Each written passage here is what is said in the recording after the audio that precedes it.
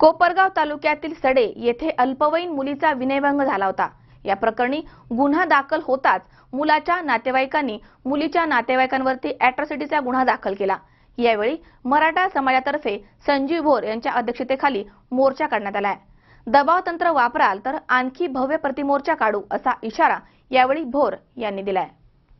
अहमदनगर जिल्ह्याच्या कोपरगाव तालुक्यातील सडे येथे अल्पवयीन मुलीचा विनयभंग करण्यात आला होता।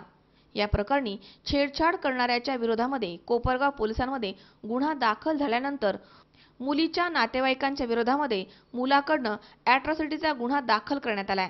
या घटनेचे पडसाद जिल्हाभर उमटलेत। दाखल करण्यात आलेल्या अॅट्रॉसिटीचा गुन्हा मागे घ्यावा यासाठी मराठा समाज यांच्या वतीने मोर्चा काढण्यात आलाय।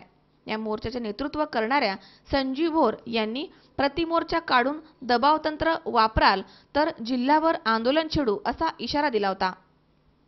ते आवाहन स्वीकारून भिल्ल समाज संघटनेचे अध्यक्ष शिवाजी ढवळे शुक्रवारी प्रतिमोर्चा काढणार असल्याचे समजताच भोर यांच्यासह कोपरगावमध्ये मराठा समाज एकवटला। नगरपालिकेचे उपनगराध्यक्ष विजय वाजे, दिनेश पवार, विनायक भगत, बाळासाहेब आढाव, अनिल गायकवाड, नगरसेवक स्वप्नील निरावडे, अशोक आव्हाटे, चंद्रशेखर मस्के यांच्यासह सडेगावच्या महिला, पीडित मुलीचे नातेवाईक मोठ्या संख्येने उपस्थित होते। सकाळी 10 वाजल्यापासून सडेगावचे ग्रामस्थ लहान मुलासह उन्हातानामध्ये बसले होते। यावेळी मुलींनी विविध समस्या मांडून खोटे गुन्हे मागे घेण्याची विनंती पोलिसांना केली आहे। दुसरीकडे भिल्ल समाजाच्या वतीने पीडित मुलीचा विनयभंग करणाऱ्या मुलावरती गुन्हे दाखल करावे, आम्ही मुलाची बाजू घेणार नाही, मात्र त्यांच्या कुटुंबातील लोकांना विनाकारण मारहाण केली गेली आहे, या संदर्भात योग्य तो न्याय मिळावा अशी मागणी भिल्ल संघटनेचे शिवाजी ढवळे यांनी केली आहे। ढवळे यांनी मागणीचं निवेदन पोलीस उपअधीक्षक डॉक्टर सागर पाटील यांना दिलंय। यावेळी आरपीआयचे दिनेश गायकवाड, जितेंद्र रणशूर, सुरेंद्र थोरात यांच्यासह महिला आणि कार्यकर्ते उपस्थित होते। कायदा आणि सुव्यवस्थेचा प्रश्न निर्माण होऊ नये यासाठी पोलीस निरीक्षक सुरेश शिंदे, शिवाजी नरसुडे यांनी चोख पोलीस बंदोबस्त ठेवला होता।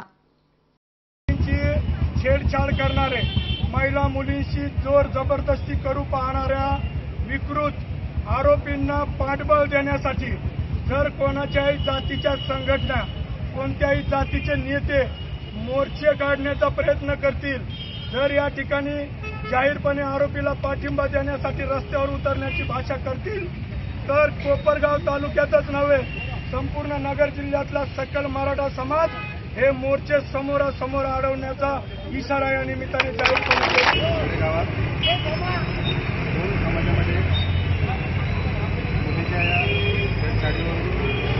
भांडणं झाली, त्याचा वादाचा तालुका पोलिसांना 2 गुन्हे दाखल झाले। त्या गुन्ह्याचा प्रतिसाद म्हणून जे मराठा समाजाचे लोक होते की आमच्यावर खोटे गुन्हे दाखल केले आणि एकलव्य संघटनेचे लोक म्हणले की आरोपीवर कारवाई कडक झाली पाहिजे। ह्या दोन्ही मागण्याकरता दोन्ही संघटना हे रस्त्यावर उतरले आणि मोर्चे काढून निवेदन देण्यासाठी एकत्र झाले। परस्पर मोर्चे काढण्यात म्हणून परस्पर मोर्चे काढण्याचं त्यांचं नियोजन ठरलं आणि एकमेकावर कुरघोडी करण्यात आणि प्रशासनाला भेटे जाण्याचा हा प्रकार चाललेला आहे। आज आम्ही थांबवलेला आहे।